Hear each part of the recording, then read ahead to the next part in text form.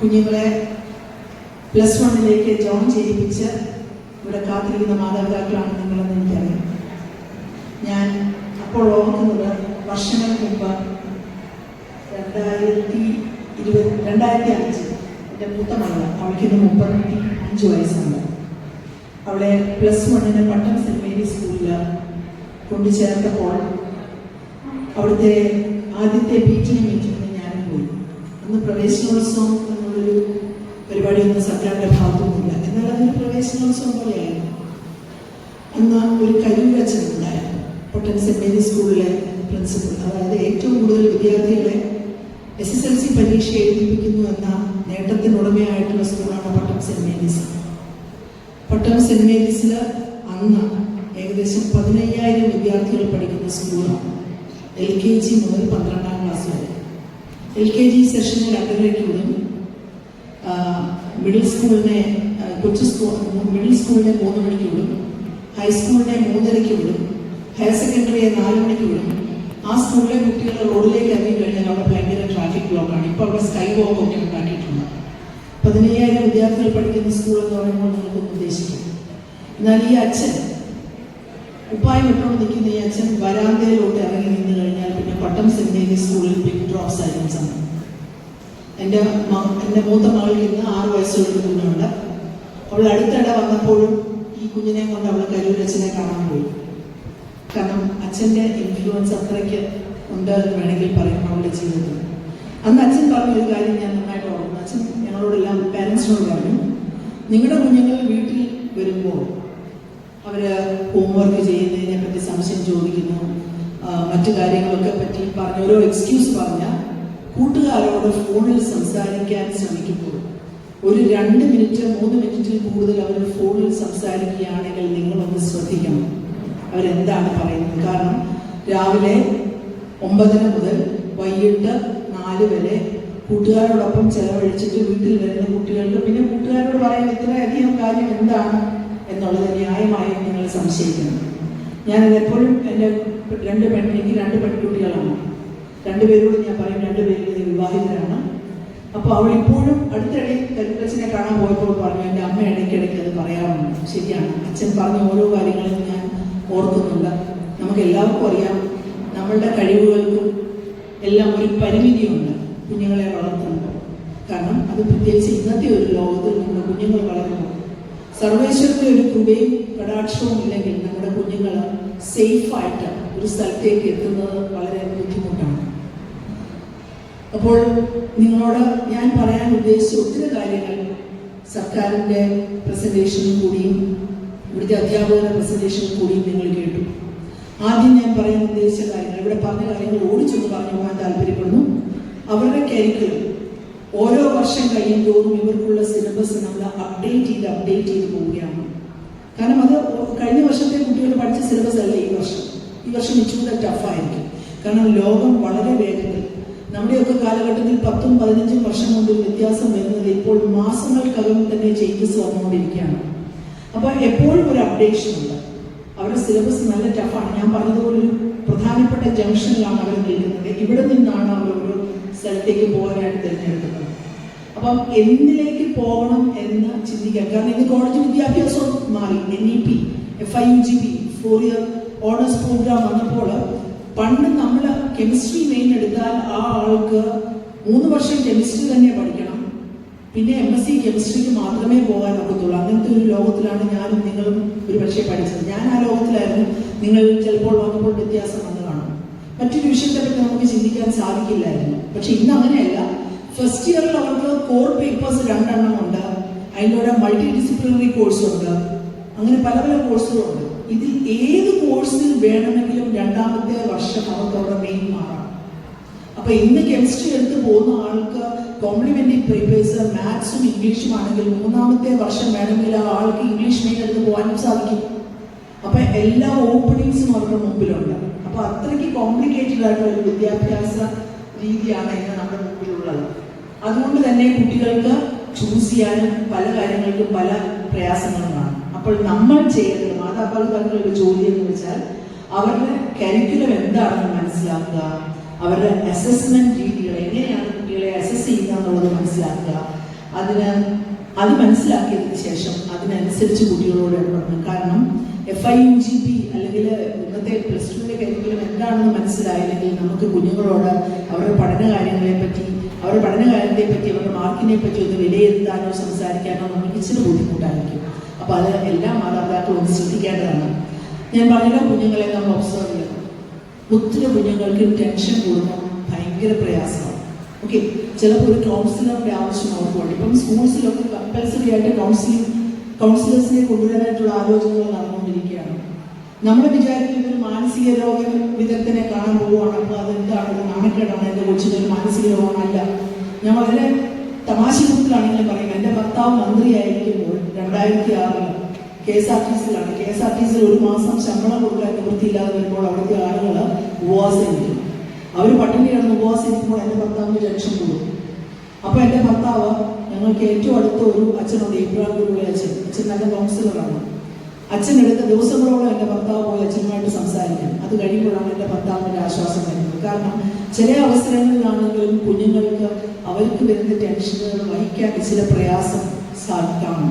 അപ്പം ചെറിയ കാര്യങ്ങളൊക്കെ നമുക്ക് സഹായിച്ചു കൊടുക്കാം. പക്ഷെ ചില കാര്യങ്ങൾ നമ്മുടെ കയ്യിൽ ഒതുങ്ങാത്തതാണെങ്കിൽ അവരുടെ അധ്യാപകർക്ക് നമുക്കും സാധിക്കാതെ വരുമ്പോൾ ആ കുട്ടികൾക്ക് വേണ്ട ഹെൽപ്പുകൾ നമ്മൾ കൊടുക്കണം. അത് അവരുടെ ഭാവിയിലേക്കുള്ള അവരുടെ ജീവിതത്തിന് നല്ലൊരു വഴി തുറന്നു കൊടുക്കുവാനായിട്ട് സഹായിക്കുന്ന ഒരു കാര്യമാണ്. അതുപോലെ ഇവിടെ ടീച്ചേഴ്സ് പറഞ്ഞു ഇഫക്റ്റീവ് കമ്മ്യൂണിക്കേഷൻ പറഞ്ഞു. ഞാനെപ്പോഴും പറയും, ഞാൻ 2 പെൺകുട്ടികളുടെ അമ്മയാണ്, പക്ഷേ എനിക്ക് ഇതുവരെ തോന്നിയിട്ടില്ല ഞാനൊരു നല്ല അമ്മയായിരുന്നെന്ന് എനിക്ക് തോന്നുന്നില്ല. ഞാൻ പറയും, I have never been A good mother like my അമ്മ. എൻ്റെ അമ്മയ്ക്ക് ജോലിയില്ലായിരുന്നു. അതുകൊണ്ട് ഞാൻ വൈകിട്ട് അല്ലെങ്കിൽ ഹോസ്റ്റലിൽ നിന്ന് ബോർഡിങ്ങിൽ നിന്ന് വീട്ടിൽ വരുമ്പോഴത്തേക്ക് വിശേഷങ്ങളൊക്കെ ചോദിച്ചറിയാനായിട്ട് ഞാൻ വരുന്നത് നോക്കി അമ്മ ജോലിയെല്ലാം തീർത്ത് റെഡിയായിട്ടിരിക്കും. പിന്നെ ഞങ്ങൾ തമ്മിലുള്ള സംസാരമാണ്. സ്ത്രീകൾ, ഒരു ഭവനത്തിലെ സ്ത്രീകൾ, ഇന്ന് നമുക്ക് ജോലിയില്ലാതെ ജീവിക്കാൻ പാടാണ്. ഭർത്താവും ഭാര്യയും ഒന്നിച്ച് ജീവിച്ച് ജോലി ചെയ്തെങ്കിൽ മാത്രമേ ഒരു ഭവനത്തിലെ കാര്യങ്ങൾ പ്രത്യേകിച്ച് എന്തും സാധിക്കും. പക്ഷെ കുട്ടികളുടെ വിദ്യാഭ്യാസത്തിന് ഭീമമായ തുക ചെലവാകുന്ന ഈ ലോകത്തിൽ 2 പേരും കൂടെ ജോലി ചെയ്താൽ മാത്രമേ നമുക്ക് സുഗമമായി കാര്യങ്ങൾ നടക്കാൻ സാധിക്കത്തുള്ളൂ. അപ്പോൾ അങ്ങനെയുള്ള അവസരത്തിൽ ഞാൻ പലപ്പോഴും ജോലി കഴിഞ്ഞ് വീട്ടിൽ വരുമ്പോൾ വൈകിട്ടത്തെ ജോലിയുണ്ട് അടുക്കളയിൽ. കാരണം എൻ്റെ അമ്മയുണ്ട്, എൻ്റെ ഹസ്ബൻഡിൻ്റെ അപ്പനുണ്ട്, അമ്മയുണ്ട്, എല്ലാവരും ഞങ്ങളോടൊപ്പം പറയുന്നു. അപ്പോൾ വരുന്ന ഉടനെ ഞാൻ സാരി മടക്കി കുത്തി അടുക്കളയിലൂടെ കയറും. അപ്പോൾ എൻ്റെ വലിയ മോള് ഭയങ്കര എന്താ പറയുന്നത് വിശേഷക്കാരിയാണ്. അതായത് എല്ലാ വിശേഷങ്ങളും നമ്മൾ രാവിലെ വീട്ടിൽ നിന്ന് ഇറങ്ങുമ്പോൾ അവളുടെ ബസ്സിന് കുറുകെ ഒരു പട്ടി പോയെങ്കിൽ അത് തൊട്ട് അവൾ എന്നോട് പറയും. അപ്പോൾ ചില സമയത്ത് നമ്മൾ ഭയങ്കര ടെൻഷനായിട്ടിരിക്കുമ്പോൾ ഞാൻ തന്നെ അവളോട് വഴങ്ങും, നിനക്ക് വേറെ ജോലിയില്ലേ, പോടിയാണെന്ന് പറയും. പറഞ്ഞു കഴിഞ്ഞിട്ട് അടുത്ത സെക്കൻഡിൽ ഞാൻ ഇന്ന് ആലോചിച്ചേ അങ്ങനെ പറയരുതായിരുന്നു. കാരണം നമ്മളത് കേൾക്കാനുള്ള ക്ഷമ കാണിച്ചില്ലെങ്കിൽ അവർ പിന്നെ പല കാര്യങ്ങളും നമ്മളോട് പറയാതിരിക്കും. അപ്പോഴാണ് നമുക്ക് പ്രശ്നം ഉണ്ടാകുന്നത്. അപ്പോൾ ഇഫക്റ്റീവ് കമ്മ്യൂണിക്കേഷൻ എന്ന് പറഞ്ഞാൽ നമ്മൾ അവരോട് പറയുന്നത് മാത്രമല്ല, അവർ പറയുന്നത് നമ്മൾ കേൾക്കാനുമുള്ള ക്ഷമ നമുക്ക് വേണം. അത് വളരെ പ്രധാനപ്പെട്ട കാര്യമാണ്. ജോലിയുള്ള മാതാപിതാക്കളെല്ലാം അതിൻ്റെ ഒരു അല്പസമയം ഒരു ക്ഷമയും സഹിഷ്ണുതയും നമ്മൾ കാണിച്ചെങ്കിൽ മാത്രമേ കുഞ്ഞുങ്ങൾ അവരുടെ മനസ്സിൻ്റെ ഉള്ളിലുള്ള കാര്യങ്ങൾ വരെ നമ്മളോട് പറയാനായിട്ട് ശ്രമിക്കുന്നുള്ളൂ. വളരെ പ്രധാനപ്പെട്ട സംഗതിയാണ്. ഇനിയും അവരുടെ വിദ്യാഭ്യാസ കാലത്ത് നമ്മൾ പറയും ഒരു സപ്പോർട്ടീവായിട്ടുള്ള ഒരു ഹോം എൻവയൺമെന്റ് സിസ്റ്റം വേണം. ഹോം എൻവയൺമെന്റ് സിസ്റ്റം എന്ന് പറഞ്ഞാൽ ഇപ്പം പ്രായമുള്ളവർ നമ്മുടെ അമ്മച്ചിമാരും അപ്പച്ചമാരും ഉണ്ടെങ്കിൽ അവർക്ക് ഈ സീരിയൽസ് കാണുന്നത് വളരെ പ്രധാനപ്പെട്ട ഒരു സംഗതിയാണ്. ഈ സീരിയൽസ് ഉള്ളതുകൊണ്ടാണ് പല വീട്ടിലും അമ്മച്ചിമാരും അപ്പച്ചന്മാരും ജീവിച്ചു പോകുന്നത്. ഞാൻ ഓർക്കുന്നു 2011 ഇലക്ഷന് ഞാൻ വോട്ട് പിടിക്കാനായിട്ട് മല്ലപ്പള്ളിയിൽ ഒരു ഭവനത്തിൽ പോയി. ആ ഭവനത്തിലെ ഒരു അമ്മച്ചിയുടെ വീട്ടിൽ ഞാൻ കലവ് കൂട്ടി. എനിക്ക് ആ അമ്മച്ചി ആരാന്നൊന്നും അറിയില്ല. ആ അമ്മച്ചി ഇന്ന് എന്നോട് പറയുമ്പോൾ പള്ളിയിൽ അച്ഛൻ എപ്പോഴും വഴക്ക് പറയും, പ്രാർത്ഥിക്കേണ്ട സമയത്ത് സീരിയൽ കാണുകയാണെന്ന് പറഞ്ഞു. എന്നിട്ട് അമ്മച്ചി എന്നോട് പറഞ്ഞു, മോളെ ആ അമ്മച്ചി ഒറ്റയ്ക്കാണ് വീട്ടിൽ താമസിക്കുന്നത്, ഹസ്ബൻഡ് മരിച്ചുപോയി, മക്കളെല്ലാം വലിയ നിലയിലാണ്, പക്ഷെ അവരെല്ലാം പല ഭൂഖണ്ഡങ്ങളിലാണ്. അമ്മച്ചി എന്നോട് പറഞ്ഞു 5:30 ഞാൻ ഈ TV തുറന്നു നോക്കും, ഇതിലെല്ലാം ഒന്നും ഞാൻ കാണത്തില്ല മോളെ എന്ന് പറഞ്ഞ് 2-3 സീരിയൽസിന്റെ പേര് പറഞ്ഞു. അതൊന്നും എനിക്കറിയുന്ന പേരുകളൊന്നും അല്ലായിരുന്നു. അമ്മച്ചി പറഞ്ഞ 5:30 തുറന്നു വെക്കുന്ന ഞാനിതൊരു 10 മണിയാകുമ്പോഴേ ഓഫ് ചെയ്തിട്ടുള്ളൂ. ഞാൻ ചോദിച്ചാൽ അമ്മച്ചി കാണാമെന്ന് പറഞ്ഞു. അപ്പൊ എന്നോട് മോളെ ഇതിനകത്തെ വർത്താനൊക്കെ കേൾക്കുന്നുണ്ടല്ലോ, വീട്ടിനകത്ത് ആരെയും ഉണ്ടെന്ന് എനിക്കങ്ങ് തോന്നും. അപ്പൊ ഈ ശബ്ദം കേൾക്കാൻ വേണ്ടി ഞാൻ കൂട്ടി വിട്ടുകൊണ്ട് വന്നു. അപ്പോഴാണ് ഞാൻ ആ ഒരു ആംഗിളിൽ ചിന്തിച്ചു തുടങ്ങി. ശരിയാണ്, പല ഭവനങ്ങളിലും അവർക്കുള്ള ഒരു ടൈം പാസ് ഇതാണ്. പ്രത്യേകിച്ച് നമ്മുടെ ആരോഗ്യമൊക്കെ പോയി കഴിഞ്ഞാൽ മറ്റ് ഫിസിക്കൽ ഒന്നും നമുക്ക് ചെയ്യാൻ സാധിക്കാതെ വരുന്ന ഒരു അവസരത്തിൽ ഇത് വളരെ അനുഗ്രഹമാണ്. അപ്പം നമ്മുടെ കുഞ്ഞുങ്ങൾ പഠിക്കാനുണ്ടെങ്കിൽ നമുക്ക് ചെയ്യാവുന്ന കാര്യങ്ങൾ അറ്റ്ലീസ്റ്റ് നമ്മളെങ്കിലും ഇത് കാണാതിരിക്കണം. നമ്മൾ കാണുവാണെങ്കിൽ നമ്മുടെ പിള്ളേരോട് വന്ന് കാണും. കാരണം അവരുടെ ഏറ്റവും പ്രൊഡക്റ്റീവായിട്ടുള്ള സമയമാണ്. അപ്പോൾ നമ്മൾ ഒത്തിരി സാക്രിഫൈസ് ചെയ്താലേ ഒക്കത്തുള്ളൂ. അവരൊരു കര പറ്റിക്കണമെങ്കിൽ ഒരു പ്രായം വരെ നമ്മുടെ ഒത്തിരി സാക്രിഫൈസ് ആവശ്യമാണ്. അപ്പോൾ കാണാൻ നമുക്ക് താല്പര്യമുണ്ടെങ്കിലും ആ സമയത്ത് ഈ ടി വിയുടെ മുമ്പിൽ ഇരിക്കുകയോ വാട്സാപ്പ് നോക്കിയോ ചെയ്യാതിരിക്കാൻ നമ്മൾ കൂടെ ശ്രദ്ധിക്കണം. കാരണം നമ്മൾ നോക്കുവാണെങ്കിൽ അവർ ചോദിക്കും, ഇപ്പോഴത്തെ പിള്ളേർ പ്രത്യേകിച്ചു, അമ്മയ്ക്ക് ചെയ്യാമെങ്കിൽ പിന്നെ എനിക്ക് ചെയ്താലല്ല, അപ്പയ്ക്ക് കാണാമെങ്കിൽ എനിക്ക് എന്ത്. ശരിയാണ്, 6 വയസ്സുള്ള എൻ്റെ കൊച്ചുമോളോട് എൻ്റെ കുട്ടി അത് ചെയ്യല്ലെന്ന് പറഞ്ഞാൽ അടുത്ത സെക്കൻഡ് അവളെന്നോട് ചോദിക്കും വൈ എന്ന് അവളെന്നോട് ചോദിക്കും. ഞാൻ തമാശയ്ക്ക് അവളോട് പറഞ്ഞു, 25-ാമത്തെ വയസ്സിൽ കല്യാണം കഴിക്കുമ്പോൾ എൻ്റെ അപ്പൻ എന്നോടൊരു കാര്യം ചെയ്യലെന്ന് പറഞ്ഞാൽ വൈ എന്ന് ഞാൻ ഇതുവരെ ചോദിച്ചിട്ടില്ല. നമ്മുടെ തലമുറയല്ല അവിടെ. So they will ask Y, എന്തുകൊണ്ട് എന്ന് എല്ലാത്തിനും അവർക്ക് ഒരു മറു ചോദ്യം കാണും. പലപ്പോഴും അവരുടെ ചോദ്യങ്ങൾക്ക് ഉത്തരം പറയാൻ നമുക്ക് പ്രയാസമായിരിക്കും. അപ്പം നമുക്ക് ചെയ്യാവുന്ന കാര്യം ഇതാണ്, പഠിക്കാനുള്ളൊരു നല്ല പരിസ്ഥിതി, അതായത് ഒരു നല്ല എൻവയോൺമെന്റ് ആ ഭവനത്തിൽ സൃഷ്ടിക്കാനായിട്ട് മാതാപിതാക്കൾ ശ്രദ്ധിക്കേണ്ടത് ആവശ്യമാണ്. അതുപോലെ ടൈം മാനേജ്മെന്റ്. എല്ലാ കുഞ്ഞുങ്ങളും ഒരുപോലെയല്ല. ചില കുഞ്ഞുങ്ങൾക്ക് രാത്രിയിൽ ഇരുന്നാലേ പഠിക്കാൻ പറ്റുള്ളൂ. ഞാൻ അങ്ങനെ ഒറ്റ ഇരിപ്പിന് 2 മണി വരെ വരണേലേ ഇരിക്കും. പക്ഷെ ഉറങ്ങിക്കഴിഞ്ഞാൽ പിന്നെ എന്നെ നോക്കുകയേ വേണ്ട. ഒരു 6 ആകാതെ എന്നെ കൊണ്ട് എഴുന്നേക്കാൻ നോക്കത്തില്ല. ആ സമയം എനിക്ക് കൂട്ടുകാരുണ്ടായിരുന്നു, 8:30 ആകുമ്പോൾ കിടക്കും. 8:30 ആകുമ്പോൾ കിടന്നിട്ട് എൻ്റെ മൂത്ത മരുമകൻ ഇപ്പോഴും 8:30 ആകുമ്പോൾ അവൻ കിടന്നിട്ട് 3:30 ആകുമ്പോൾ അവൻ എഴുന്നേക്കും. എനിക്കത് ചിന്തിക്കാൻ പോലും വയ്യ. അവൻ്റെ ഭാര്യ, എൻ്റെ മകളാണെങ്കിൽ അവൾ 10 മണിയാകുമ്പോഴേ കിടന്നിട്ട് അവൾ 6 മണിക്ക് എഴുന്നേക്കത്തുള്ളൂ. കാരണം ഓരോ കുഞ്ഞുങ്ങളുടെയും ആവശ്യങ്ങൾ പലതരത്തിലാണ്. അപ്പം അവരുടെ ടൈം മാനേജ്മെന്റ് എന്താണെന്ന് നമ്മൾ ചോദിച്ച് മനസ്സിലാക്കണം.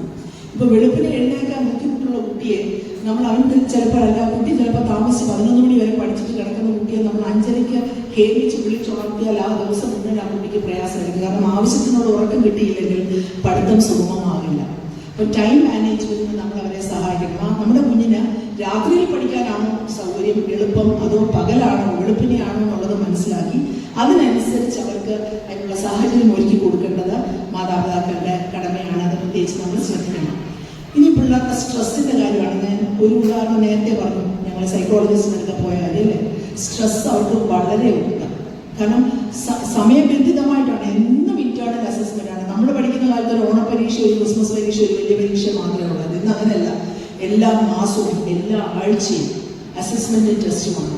ഒരാഴ്ച പഠിപ്പിച്ച കാര്യങ്ങൾ മാത്രമേ ഉള്ളൂ എന്ന് പറഞ്ഞാലും ആ ക്ലാസ്സിൽ മാർക്കിൽ പുറകോട്ട് പോകാതിരിക്കാൻ എല്ലാ കുട്ടികളും കഷ്ടപ്പെടും. അപ്പൊ ഈ സ്ട്രെസ് ഭയങ്കരമാണ്. അതുപോലെ തന്നെ അവർക്ക് ഭയങ്കര ആൻസൈറ്റി ഉണ്ട്. +2 കഴിഞ്ഞ് ഞാൻ എന്തോ ചെയ്യും. കാരണം സീനിയറായിട്ട് പഠിച്ച പിള്ളേർ മെഡിസിന് പോകുന്നു, എഞ്ചിനീയറിംഗിന് പോകുന്നു, ഇതൊക്കെ കേൾക്കുമ്പോൾ ഞാൻ എവിടെ പോകുമെന്നുള്ളൊരു ആൻസൈറ്റി, ഭയങ്കര കൺസേൺ, എനിക്ക് ജോലി കിട്ടുമോ, ഞാൻ എന്ത് ചെയ്യും, അല്ലെ? ഇതെല്ലാം കുട്ടികൾക്ക് ഈ പ്രായത്തിൽ ഉണ്ടാകുന്ന ഒരു കാര്യമാണ്. അപ്പൊ നമ്മളതൊന്നും മനസ്സിലാക്കണം. അതുപോലെ ചെറിയ ചെറിയ തെറ്റുകൾ അറിഞ്ഞും അറിയാതെ നമ്മളിപ്പോഴും വരുത്തുന്നുണ്ട് തെറ്റുകൾ. എല്ലാ ദിവസവും രാത്രി പ്രാർത്ഥിക്കാൻ നിർത്തി ഞാൻ പ്രാർത്ഥിക്കാത്ത ഇന്നത്തെ ദിവസം അറിഞ്ഞും അറിയാതെ ചെയ്തു പോയ തെറ്റുകൾ ക്ഷമിക്കണേ. നമ്മൾ അറിഞ്ഞുകൊണ്ടായിരിക്കില്ല എല്ലാ തെറ്റുകളും ചെയ്യുന്നത്. നമ്മളുടെ കൂട്ട് തന്നെ അറിഞ്ഞും അറിയാതെയും ഈ കുഞ്ഞുങ്ങൾ പല മണ്ടത്തരങ്ങളിലും അബദ്ധങ്ങളിലും തെറ്റുകളിലും ചാടാറുണ്ട്. അപ്പൊ സാധാരണ നമുക്കുള്ളൊരു ടെൻഡൻസി നമ്മൾ അവരെ കുറ്റപ്പെടുത്തും. നീ എന്തിനാ അത് ചെയ്യുന്നത്? ആ കൊച്ചിനോട് അങ്ങനെ പറയാമായിരുന്നോ? ആ കുട്ടിയോട് അങ്ങനെ പറയാൻ ഒക്കില്ല എന്നുള്ളത് നമ്മുടെ മക്കൾക്ക് അറിയാം. പക്ഷെ ഒരു സെക്കൻഡ് വികാരത്തള്ളിൽ അവരറിയാതെ പറഞ്ഞു പോകുന്നതാണ് നമ്മളെ ചെയ്യുന്നത്.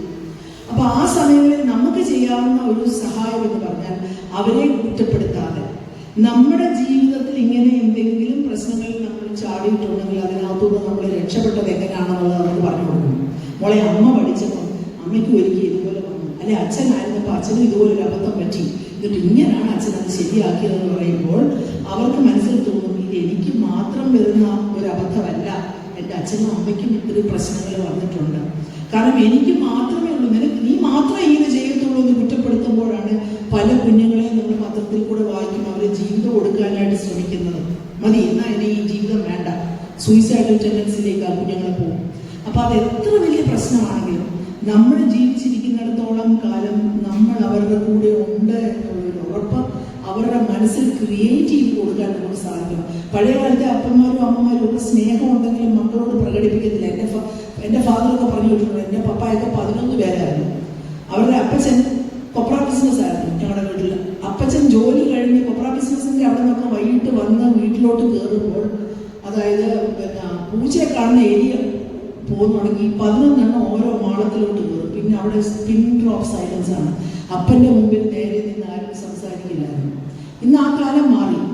അങ്ങനെ നമ്മുടെ പിള്ളേരോട് സംസാരിക്കാതെ അവരെ ത്രട്ടൺ ചെയ്ത് അവരെ ശാസിച്ച് അവരെ കൺട്രോൾ ചെയ്യാൻ ശ്രമിച്ചാൽ നമ്മുടെ കുഞ്ഞുങ്ങൾ നമ്മുടെ കയ്യിൽ നിന്ന് പോകും. We have to be their friends. അവരുടെ കൂട്ടുകാരാണ്. കൂട്ടുകാരാകണം എന്ന് പറഞ്ഞാൽ തോളിൽ കൈയിട്ടോട് നടക്കുക അല്ല. തെറ്റുകൾ കണ്ടാൽ നമുക്ക് അവരെ കറക്റ്റ് ചെയ്യണം. തെറ്റുകൾ ചെയ്യുമ്പോൾ കറക്റ്റ് ചെയ്യണം. അതായത് ഇന്ന് ചെയ്ത തെറ്റിന് ഇന്നാണ് കറക്ഷൻ കൊടുക്കേണ്ടത്. നാളെ കൊടുത്താൽ അതിൻ്റെ ഇഫക്റ്റ് പോകും. അവർ ചെയ്ത തെറ്റ് എന്താണെന്നുള്ളത് അവർക്ക് മനസ്സിലാക്കി കൊടുക്കണം, ശാസിക്കണം. നിങ്ങൾ കുഞ്ഞുങ്ങളെ സ്നേഹിക്കുന്നു, നിങ്ങൾ അവരോടൊപ്പം ഉണ്ട് എന്ന് പറഞ്ഞാൽ അവർക്ക് ഉറപ്പായി കഴിഞ്ഞാൽ പിന്നെ നിങ്ങൾ എത്ര സ്നേഹിച്ചാലും എത്ര ശാസിച്ചാലും എന്ത് ശിക്ഷിച്ചാലും അവർക്ക് യാതൊരു മനപ്രയാസമില്ല. അതേസമയം കൊച്ചിലെ മുതൽ 16-17 വയസ്സ് വരെ കുഞ്ഞുങ്ങളെ നമ്മൾ വളർത്തുന്ന സമയത്ത് ശാസിക്കാതെയും അടിക്കാതെയും കുഞ്ഞുങ്ങളെ വളർത്തിയാൽ 17ാമത്തെ വയസ്സിൽ +2 പഠിക്കുമ്പോൾ അവനൊരു തെറ്റ് ചെയ്യുമ്പോൾ നമ്മൾ ശാസിക്കുകയോ അടിക്കുകയോ ചെയ്താൽ അന്നേരം ഈ കുഞ്ഞുങ്ങൾ വീട്ടിൽ നിന്ന് ഇറങ്ങിപ്പോകും. കാരണം അവർക്കത് ഉൾക്കൊള്ളാൻ സാധിക്കത്തില്ല. അതേസമയം ചെറുപ്പത്തിൽ തന്നെ ഞാൻ ഇപ്പോഴും ഓർക്കുന്നു, എൻ്റെ കുഞ്ഞുങ്ങൾ പെൺപിള്ളേരെ രണ്ടിനെയും ഞാൻ ഇഷ്ടം പോലെ വഴക്ക് പറയും. അപ്പന് നേരമില്ല, അപ്പനൊന്നും ശ്രദ്ധിക്കാതെയില്ല. ഞാൻ വഴക്ക് പറയുമ്പോൾ ഇപ്പോഴും വഴക്ക് പറയുമ്പോൾ അവർ പറയും, എടി അമ്മ ഇത് പണ്ടേ തൊട്ടേ പറയുന്നതാണ്. അവർ കേട്ട് ശീലിച്ചു. അതേസമയം നമ്മൾ അതുവരെ വഴക്ക് പറയാതെ 17ാമത്തെ വയസ്സിൽ അവരെ കറക്റ്റ് ചെയ്യാൻ ശാസിക്കുകയോ ശിക്ഷിക്കുകയോ ചെയ്താൽ അത് ഉൾക്കൊള്ളാൻ അവർക്ക് ഒക്കത്തില്ല. അപ്പോൾ വയലൻ്റായിട്ട് അവർ പ്രതികരിക്കും. ചിലർ വീട് വിട്ടിറങ്ങും, അല്ലെങ്കിൽ ചിലർ എവിടോട്ടാണ് പോകുന്നത് നമുക്കറിയത്തില്ല. ചിലർ സ്കൂട്ടർ എടുത്തുകൊണ്ട് പോകും. ചിലപ്പോൾ അതൊരു ആക്സിഡൻറ്റിൽ കലാശിച്ചിരിക്കും. പലതരത്തിൽ ആ കുഞ്ഞുങ്ങൾ വയലൻ്റായിട്ട് റിയാക്ട് ചെയ്യും. അത് വരാതിരിക്കാനായിട്ട് ആദ്യം തന്നെ ചെറുപ്പത്തിൽ തന്നെ നമ്മൾ കുഞ്ഞുങ്ങളെ തെറ്റ് കാണുന്നത് ശാസിക്കുകയും ശിക്ഷിക്കുകയും ചെയ്യുന്നത് അനിവാര്യമാണെന്ന് ഞാൻ നോക്കുന്നത്. എന്നാൽ നമ്മൾ അവരുടെ സുഹൃത്തുക്കളായിരിക്കണം. നമ്മൾ ഒരു കൈ കൊണ്ട് അടിക്കുമ്പോൾ മറ്റേ കൈ കൊണ്ട് അവരെ ചേർത്ത് പിടിക്കാൻ നമ്മൾ നോക്കണം. ഒരു ഉമ്മയും കൂടെ കൊടുത്തു കഴിഞ്ഞാൽ പിള്ളേർക്ക് മനസ്സിലാവും, മൈ പപ്പ, എൻ്റെ അപ്പ എന്നെ സ്നേഹിക്കുന്നു, എൻ്റെ അമ്മ എന്നെ സ്നേഹിക്കുന്നു, ഞാൻ കറക്റ്റ് ചെയ്യാൻ വേണ്ടിയാണ് എന്നുള്ളത് ആ കുഞ്ഞുങ്ങൾക്ക് ബോധ്യം വരും. അത് പ്രത്യേകം നമ്മൾ ശ്രദ്ധിക്കേണ്ട കാര്യമാണ്. അതുപോലെ ടീച്ചർ കൂടെ പറഞ്ഞു, ചെറിയൊരു കാര്യത്തിന് പോലും അപ്രീഷിയേറ്റ് ചെയ്യണം. ഈ സർക്കസിലൊക്കെ ആനിമൽസിനെ ട്രെയിൻ ചെയ്യുമ്പോൾ ഈ വളയത്തിൽ കൂടെ ഒക്കെ ടൈഗറിനെ ഒക്കെ ചാടിക്കും, കടുവായൊക്കെ. ഓരോ പ്രാവശ്യം വളയത്തിൽ കൂടി തീ തൊടാതെ ചാടുമ്പോൾ ഓരോ കഷ്ണം ഇറച്ചി ആ ടൈഗറിന് അല്ലെങ്കിൽ കടുവായ്ക്ക് കൊടുക്കും. എന്തിനാണെന്നറിയാം? അപ്രീസിയേഷനാണ്. അപ്പൊ ഈ ഇറച്ചി കഷ്ണത്തിന്റെ കാര്യം ഓർക്കുമ്പോൾ അടുത്ത പ്രാവശ്യം ടൈഗർ എന്തോ ചെയ്യും? ചാടുമ്പോൾ ഈ തീക്കകത്ത് തൊടാതെ ചാടാൻ ശ്രമിക്കും. നമ്മുടെ കുഞ്ഞുങ്ങളും അങ്ങനെയാണ്. അതായത് നമ്മുടെ കുഞ്ഞുങ്ങൾക്ക് എല്ലാവർക്കും കഴിവുണ്ട്. കഴിവില്ലാത്ത ഒരു കുഞ്ഞുങ്ങൾ പോലും ലോകത്തിലില്ല. പാടാൻ കഴിവില്ലാത്തൊരു കുഞ്ഞിനെ ക്ലാസിക്കൽ മ്യൂസിക് കൊണ്ട് പാടിച്ചിട്ട് ക്ലാസിക്കൽ മ്യൂസിക്കിന്റെ മത്സരത്തിൽ നമ്മൾ സമ്മാനം മേടിച്ചിരുന്നത് അവനെ ചാടിക്കാൻ ശ്രമിച്ചാൽ നമ്മളാണ് വിട്ടിയത്. അവന്റെ കഴിവ് വേറെ എവിടെയെങ്കിലും ആയിരിക്കും. ആ കഴിവ് കണ്ടുപിടിക്കാൻ നമ്മൾ ശ്രമിക്കണം. ചെറിയൊരു നേട്ടം അവന്റെ ജീവിതത്തിൽ അല്ലെങ്കിൽ ആ പെൺകുട്ടിയുടെ ജീവിതത്തിൽ ഉണ്ടായാൽ അതിനെ അപ്രീഷിയേറ്റ് ചെയ്യാൻ മോളെ പിടിക്കും. നിങ്ങൾ കൂടുതലൊന്നും പറയണ്ട, നിങ്ങൾ തംസപ്പ് മതി. ഇപ്പം പിള്ളേർക്കെല്ലാം തംസപ്പാണ്, അവരെല്ലാം വാട്സാപ്പിലൂടെ തംസപ്പാണ്. നിങ്ങൾ വേറെ ഒന്ന് ബുക്കി കാണിച്ചാലുണ്ടല്ലോ പിന്നെ അടുത്ത പ്രാവശ്യം ഇതിനേക്കാളും നന്നായിട്ട് ചെയ്യാനായിട്ട് അവർ ശ്രമിക്കും. അതേസമയം അവരൊരു നേട്ടം കൊണ്ട് വന്നാൽ സെക്കൻഡ് പ്രൈസേ ഉള്ളൂ, നീ എന്താ ഫസ്റ്റ് മേടിക്കാഞ്ഞ എന്ന് ചോദിച്ചു കഴിഞ്ഞാൽ അതോടെ ആ കുട്ടിയുടെ താല്പര്യങ്ങൾ മുഴുവൻ അസ്തമിക്കും. അപ്പൊ നമ്മുടെ പിള്ളേരെ എങ്ങനെയെങ്കിലും എൻകറേജ് ചെയ്യാനായിട്ട് ചെറിയ ചെറിയ കാര്യങ്ങൾക്ക് പോലും എൻകറേജ് ചെയ്യാനായിട്ട് നമ്മൾ വളരെയധികം സൂക്ഷിക്കണം. അതുപോലെ തന്നെ അവരുടെ ഈ ഓട്ടം, അതൊരു ഓട്ടമാണ്. ജീവിതം ഒരു ഓട്ടപ്പാച്ചിലാണ്. പലയിടത്തും അവർ തട്ടി വീഴുന്നിടത്ത് ചിലരവിടെ കിടക്കും. പിന്നെ എഴുന്നേക്കാൻ അവർക്കൊരു കോൺഫിഡൻസ് ഇല്ല. നമ്മുടെ ജോലി, അധ്യാപകരുടെയും മാതാപിതാക്കളുടെയും ജോലി, വീണെടുത്ത് നിന്ന് എഴുന്നേറ്റ് നിന്നിട്ട് ആ ഓട്ടം കംപ്ലീറ്റ് ചെയ്യാനുള്ള കോൺഫിഡൻസ് അവർക്ക് കൊടുക്കണം. അത് വളരെ പ്രധാനപ്പെട്ട സംഗതിയാണ്. ചിലർക്ക് ഒരു ചെറിയ വീഴ്ച മതി, ആ വീഴ്ചയിൽ അവർ അടി പറഞ്ഞു, പിന്നെ അതോടുകൂടി അവരുടെ ജീവിതത്തിൽ നമ്മൾ നോക്കണ്ട. പലരെയും എനിക്കറിയാം. അതായത് ഞാൻ തിരുവല്ലായിലെ ഒരു ഡോക്ടറുണ്ട്, ഭയങ്കര മിടുക്കനായിരുന്നു. പക്ഷേ പരീക്ഷ എഴുതാൻ വരുമ്പോൾ പിന്നെ പുള്ളി ഒരു ഡോക്ടറാണ്. പരീക്ഷ എഴുതാൻ വരുമ്പോൾ ഭയങ്കര പേടിയാണ്, പുള്ളിക്ക് ഭയങ്കര ഫ്ലൈറ്റാണ്, എക്സാം ഫ്ലൈറ്റാണ്, കൈ വിറയ്ക്കും. എക്സാം എഴുതാൻ നോക്കത്തില്ല. SSLC പരീക്ഷ ഒന്നും ആദ്യത്തെ ഒട്ടം പുള്ളി എഴുതിയില്ല, എന്നാൽ അതിബുദ്ധിമാനാണ്. പേരൻസിൻ്റെ ഒക്കെ കൂട്ടായ പരിശ്രമത്തിലൂടെയാണ് ഇന്ന് അദ്ദേഹം അറിയപ്പെടുന്ന ഒരു വലിയ ബിഷപ്പുകാരനായിട്ട് മാറി, ഒരു ഡോക്ടറായിട്ട് മാറിയിട്ടുണ്ട്. അപ്പം നമ്മൾ അവർ വീഴുന്നിടത്ത് നിന്ന് എഴുന്നേറ്റ് നിന്നിട്ട് 100 മീറ്റർ ഓട്ടത്തിൻ്റെ ഇടയ്ക്ക് വീണാൽ അവിടെ വെച്ച് ഇൻകംപ്ലീറ്റ് ആക്കി അതിനെ വിടാനല്ല, എഴുന്നേറ്റ് നിന്ന് ലാസ്റ്റായിട്ട് അല്ലെങ്കിൽ ആ 100 മീറ്റർ കംപ്ലീറ്റ് ചെയ്യാൻ നമ്മുടെ പിള്ളേരെ നമ്മൾ പഠിപ്പിക്കണം. ആ കോൺഫിഡൻസ് നമ്മൾ അവർക്ക് കൊടുക്കണം. അത് നമ്മൾ ആദ്യം കുറച്ച് നാൾ ശ്രമിച്ചാൽ പതിയെ ഈ കോൺഫിഡൻസ് അവരുടെ ജീവിതത്തിൽ വരും. പിന്നെ എവിടെ നിന്നാണെങ്കിലും ഒരു പ്രശ്നം വന്നാൽ അപ്പം failures are stepping stones to success എന്ന ഒരു വീഴ്ച എന്ന് പറഞ്ഞാൽ വിജയത്തിലേക്കുള്ള ആദ്യത്തെ ചവിട്ടുപടിയാണെന്നുള്ളത് പറഞ്ഞു കൊടുത്ത് അവരോടൊപ്പം നിൽക്കാനായിട്ട് നമുക്ക് സാധിക്കണം. അതുപോലെ ഞാൻ കുഞ്ഞുങ്ങളോട് പറഞ്ഞ് നിങ്ങൾ കേട്ട് കാണും, ഇന്ന് നമ്മുടെ പിള്ളേരുടെ പ്രശ്നം ഒരു പ്രയാസം വരുമ്പോൾ അതിനെ ഫേസ് ചെയ്യാൻ അവർക്കറിയില്ല. പ്രാക്ടിക്കൽ നോളജ് കുറവാണ്, അതേസമയം തിയററ്റിക്കൽ നോളജ് ഭയങ്കരമാണ്. അവർക്കറിയാൻ വയ്യാത്ത ഒന്നുമില്ല. ഞാൻ പറഞ്ഞില്ല, ഈ 6 വയസ്സുള്ള എൻ്റെ കൊച്ചുമോള് 4 വയസ്സപ്പോൾ വെക്കേഷൻ എൻ്റെ വീട്ടിൽ വന്നു നിന്ന് എൻ്റെ മൊബൈലിൽ അവൾ കളിച്ചു. അത് കഴിഞ്ഞ് അവൾ ബാംഗ്ലൂരിൽ തിരിച്ചു പോയപ്പോൾ എൻ്റെ മൊബൈൽ അങ്ങ് ഹാങ് ആവുന്നു. ഞാൻ നോക്കിയപ്പോൾ 41 ഗെയിംസ് അതിനകത്ത് ഡൗൺലോഡ് ചെയ്തിട്ടുണ്ട് ഈ 4 വയസ്സുകാരി. ഇതെങ്ങനെ അവൾ ഡൗൺലോഡ് ചെയ്തെന്ന് എനിക്കറിയില്ല. ഇത് അൺഇൻസ്റ്റാൾ ചെയ്യാൻ ഈ ദരിദ്രവാസിയായ എനിക്കറിയത്തില്ലായിരുന്നു. ഞാൻ ഇന്ന് ധാരാളം പേർക്ക് കാര്യം പഠിച്ച് അവരുടെ അടുത്ത് ഞാൻ പഠിച്ചത് അൺഇൻസ്റ്റാൾ ചെയ്യാൻ. അപ്പം എനിക്ക് മനസ്സിലായി, ഈ കുഞ്ഞുങ്ങൾ ജനിച്ച് വീണത് തന്നെ ഒരു ഡിജിറ്റൽ വേൾഡിലാണ്. അവർക്കറിയാത്ത ഒരു കാര്യങ്ങളും എല്ലാവർക്കറിയാം. നമ്മുടെ കാലത്ത് നമ്മൾ ചിന്തിക്കുകയും അറിയുകയും ചെയ്തിട്ടില്ലാത്ത കാര്യങ്ങൾ വരെ ഇന്ന് 6 വയസ്സുള്ള കുഞ്ഞിനോട് ചോദിച്ചാൽ അറിയാം. ഒരു കൊച്ചെങ്ങനെയാണ് ഉണ്ടാകുന്നതെന്ന് ചോദിച്ചാൽ അതിപ്പം വേണമെങ്കിൽ പറഞ്ഞു തരാം. അവർ വീഡിയോയ്ക്കകത്ത് കണ്ടിട്ടുണ്ട് യൂട്യൂബിൽ. അതേസമയം കല്യാണം കഴിക്കുന്നവരെ ഒരു കുഞ്ഞ് എങ്ങനെയാണ് ഉണ്ടാകുന്നതെന്ന് ചിന്തിക്കാൻ ഞാൻ മെനക്കെട്ടിട്ടില്ല. കാരണം അതൊന്നും എനിക്ക് ആവശ്യമില്ലായിരുന്നു. So I never thought about it, but they know all these things. പക്ഷേ അവർക്ക് പ്രാക്ടിക്കൽ നോളജ് കുറവാണ്. അതായത് ഒരു പ്രശ്നം വന്നാൽ തീർന്നു, ഗ്യാസ് ഔട്ടാണ്, പിന്നെ അവർക്ക് അത് ഫേസ് ചെയ്യേണ്ടത് എങ്ങനെയാണെന്ന് അറിയില്ല. അപ്പൊ അതാണ് നമ്മൾ അവരെ പഠിപ്പിക്കേണ്ടത്. മനസ്സിലായോ? എൻ്റെ ഇംഗ്ലീഷ് അവേഴ്സിൽ 60 മിനിറ്റ് ആ കോളേജിൽ 1 മണിക്കൂർ, 1 അവർ. ആ അവറിൽ ഒരു 10 മിനിറ്റ് എങ്കിലും ഇങ്ങനത്തെ പ്രശ്നങ്ങളാണ് ഞാൻ ഡിസ്കസ് ചെയ്യുന്നത്. ഇന്ന് എൻ്റെ കുഞ്ഞുങ്ങൾ എന്നെ ഓർക്കുന്നെങ്കിൽ ഈ കാര്യത്തിന് അവരെന്നെ ഓർക്കുന്നത്. കാരണം ഇംഗ്ലീഷ് എന്ന് പറയുന്നത് ഏത് വിട്ടിക്കും വേണേ പഠിപ്പിക്കാം. ഇന്ന് പിള്ളേർക്ക് ടീച്ചേഴ്സ് പോലും വേണ്ട, അവർക്ക് ഡിക്ഷണറി ഉണ്ടെങ്കിൽ അവർ നോക്കി ഇംഗ്ലീഷ് ഒക്കെ പഠിക്കും. പക്ഷെ ജീവിതം പഠിപ്പിക്കേണ്ടവരെ അവർക്ക് ആവശ്യം. മാതാപിതാക്കളുടെ അധ്യാപകരുടെയും ജോലി അതാണ്. ഒരു ബാച്ചിലെ എൻ്റെ MA-ക്കാർ എനിക്ക് കിട്ടുന്ന ഇരട്ടപ്പേര് കേട്ടാൽ നിങ്ങൾ ചിരിക്കും. വീണ്ടും ചില വീട്ടുകാര്യങ്ങളാണ് അവരെന്നെ വിളിച്ചോണ്ടിരുന്നത്. അതെൻ്റെ ഇരട്ടപ്പേരാണ്. ഇത് ഞാൻ കാരണം എക്സാമ്പിൾസ് മുഴുവൻ എൻ്റെ ജീവിതത്തിൽ നിന്നും എൻ്റെ വീട്ടിൽ നിന്നുമാണ്. ഇതെൻ്റെ വീട്ടിലാകുന്നത് എങ്ങനെയാണെന്ന് ചോദിച്ചാൽ, എൻ്റെ മകള് BA-ക്ക് വന്ന് BA-ക്കും MA-ക്കും ഉള്ള എൻ്റെ സ്റ്റുഡൻ്റ് ആയിരുന്നു ക്രിസ്ത്യൻ കോളേജിൽ. അവൾ BA-ക്ക് എൻ്റെ കോളേജിൽ വന്ന് ഫ്രണ്ട് സീറ്റിലിരിക്കുമ്പോൾ അന്നേരവും എൻ്റെ എക്സാമ്പിൾസ് എൻ്റെ വീട്ടിലെ കാര്യങ്ങളാണ്. അപ്പോൾ അവൾ ചെന്ന് വീട്ടിൽ അനിയത്തിയോട്, 8 വയസ്സിനിടയിൽ അനിയത്തിയോട് ചെന്ന് പറഞ്ഞു, അമ്മൂയെ നീ സൂക്ഷിച്ചോണം, നമ്മുടെ കാര്യങ്ങൾ അമ്മ അവിടെ കോളേജിൽ പറയുന്നത് കേട്ടോ. സത്യമാണ്. എൻ്റെ ജീവിതത്തിലെ അനുഭവങ്ങളാണ് എന്നെ ഒരു അധ്യാപികയായിട്ട് ഒരളവ് വരെ സഹായിച്ചത്. കാരണം ഇതെല്ലാം നമുക്കെല്ലാം ഉണ്ടാകുന്ന പ്രശ്നങ്ങൾ. നമ്മൾ ആരും ഇതിനൊന്നും അപ്പുറത്തോട്ടുള്ളവരല്ല. എനിക്കുണ്ടാകുന്ന പ്രയാസങ്ങൾ നിങ്ങൾക്കുണ്ടാവും. നിങ്ങൾ ഫേസ് ചെയ്യുന്ന പ്രശ്നങ്ങൾ ഞാനും ഫേസ് ചെയ്തിട്ടുണ്ട്. Because we are all human beings. അപ്പോൾ ലോകത്തിൽ പരിഹാരമില്ലാത്ത ഒരു പ്രശ്നവും ഇല്ല എന്ന് നമ്മുടെ കുഞ്ഞുങ്ങൾക്ക് മനസ്സിലാക്കി കൊടുക്കണം. അവരാത്മഹത്യ ചെയ്യാൻ പാടില്ല, അവരിറങ്ങിപ്പോകാൻ പാടില്ല, അവർ ഡ്രഗ്സിന് അടിപ്പെടാൻ പാടില്ല, അവർ ആൽക്കഹോളിന് അടിപ്പെടാൻ പാടില്ല. ഇതൊന്നും നമ്മൾ അറിഞ്ഞില്ല എന്ന് പറയാൻ നമുക്ക് ഒക്കത്തില്ല. It is our responsibility. ചില അപ്പന്മാരും അമ്മമാരും പറയും, ഞാനിത് അറിഞ്ഞില്ലായിരുന്നു. അറിയാതിരിക്കുക എന്ന് പറഞ്ഞാൽ we have failed as parents.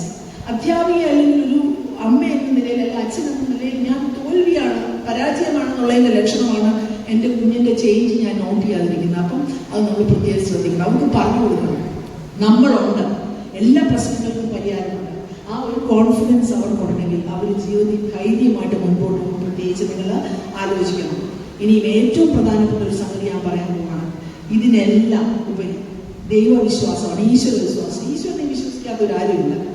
ഞാൻ ഒരു കാര്യം നിങ്ങളോട് പറയാം. നിങ്ങളുടെ കുഞ്ഞുങ്ങൾ, നിങ്ങൾക്ക് മനസ്സിൽ അവരെ പറ്റി ഓരോ ചിന്തകൾ കാണും. എൻ്റെ പോലെ ഒരു ഡോക്ടറാണ്, ഒരു ചാർട്ടേഡ് അക്കൗണ്ടൻ്റാണ്, അല്ലെങ്കിൽ ഒരു എഞ്ചിനീയറാണ്.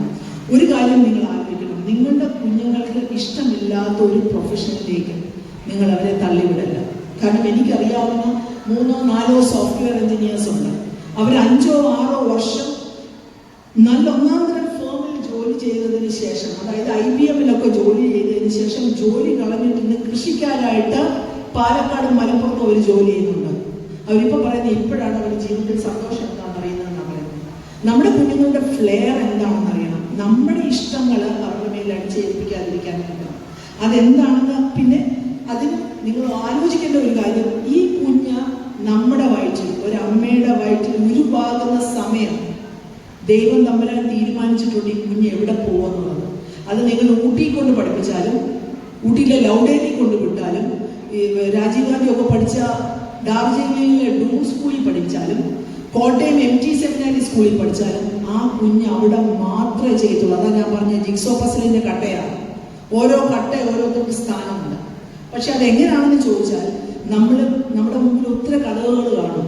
നമ്മൾ പല കഥകളിലോട്ട് കയറാൻ തുടങ്ങുമ്പോഴും നമുക്ക് വേണ്ടാത്ത കഥകളാണെങ്കിൽ ദൈവം അടയ്ക്കും. ഉറപ്പാണ്, അത് കിട്ടത്തില്ല. നമുക്ക് എവിടെയോ ഒരു കഥ നമുക്ക് തുറന്നിട്ടുണ്ട്. ചിലരുടെ കേസിൽ പെട്ടെന്ന് അത് കണ്ടുപിടിക്കും, ചിലരുടെ കേസിൽ ഇച്ചിരി തപ്പണ്ടി വരും. പക്ഷെ അതായിരിക്കും നമുക്ക് ഏറ്റവും നല്ലത്. ഞാനൊരു അധ്യാപികയാവുമെന്ന് എൻ്റെ ജീവിതത്തിൽ വിചാരിച്ചിരുന്നില്ല. എനിക്കൊരു ഡോക്ടറാകാനായിരുന്നു ഇഷ്ടം. പ്രീ ഡിഗ്രി 1981 പാസ്സായപ്പോൾ അന്ന് നമ്മുടെ പ്രീ ഡിഗ്രി മാർക്സിന്റെ ബേസിസിലാണ് MBBS അഡ്മിഷൻ എടുക്കുന്നത്. ഞാൻ ലിസ്റ്റിലുണ്ടായിരുന്നു. കേരളത്തിൽ ആദ്യമായിട്ട് എൻട്രൻസ് വരുന്നത് 1982 ഫെബ്രുവരിയിലാണ്. അപ്പോൾ 81 ലിസ്റ്റ് ക്യാൻസലായി. ഞങ്ങളെല്ലാം ഫസ്റ്റ് ഇയറിന് ചേർന്നു. ഞാൻ BSc കെമിസ്ട്രി എടുത്ത് ചേർന്നു. അപ്പോൾ എൻ്റെ യൂണിവേഴ്സിറ്റി എക്സാമിന് ഒരു 2 ആഴ്ച മുമ്പാണ് ഈ എൻട്രൻസ് എക്സാമിനേഷൻ വരുന്നത്. അപ്പം പ്രീ ഡിഗ്രിയുടെ പോർഷൻസ് മുഴുവനുണ്ട്.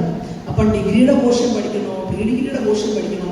അപ്പോൾ എൻ്റെ അപ്പൻ എന്നോട് പറഞ്ഞു, എൻട്രൻസ് എഴുതി കിട്ടിയില്ലെങ്കിൽ ഡിഗ്രിയുമില്ല,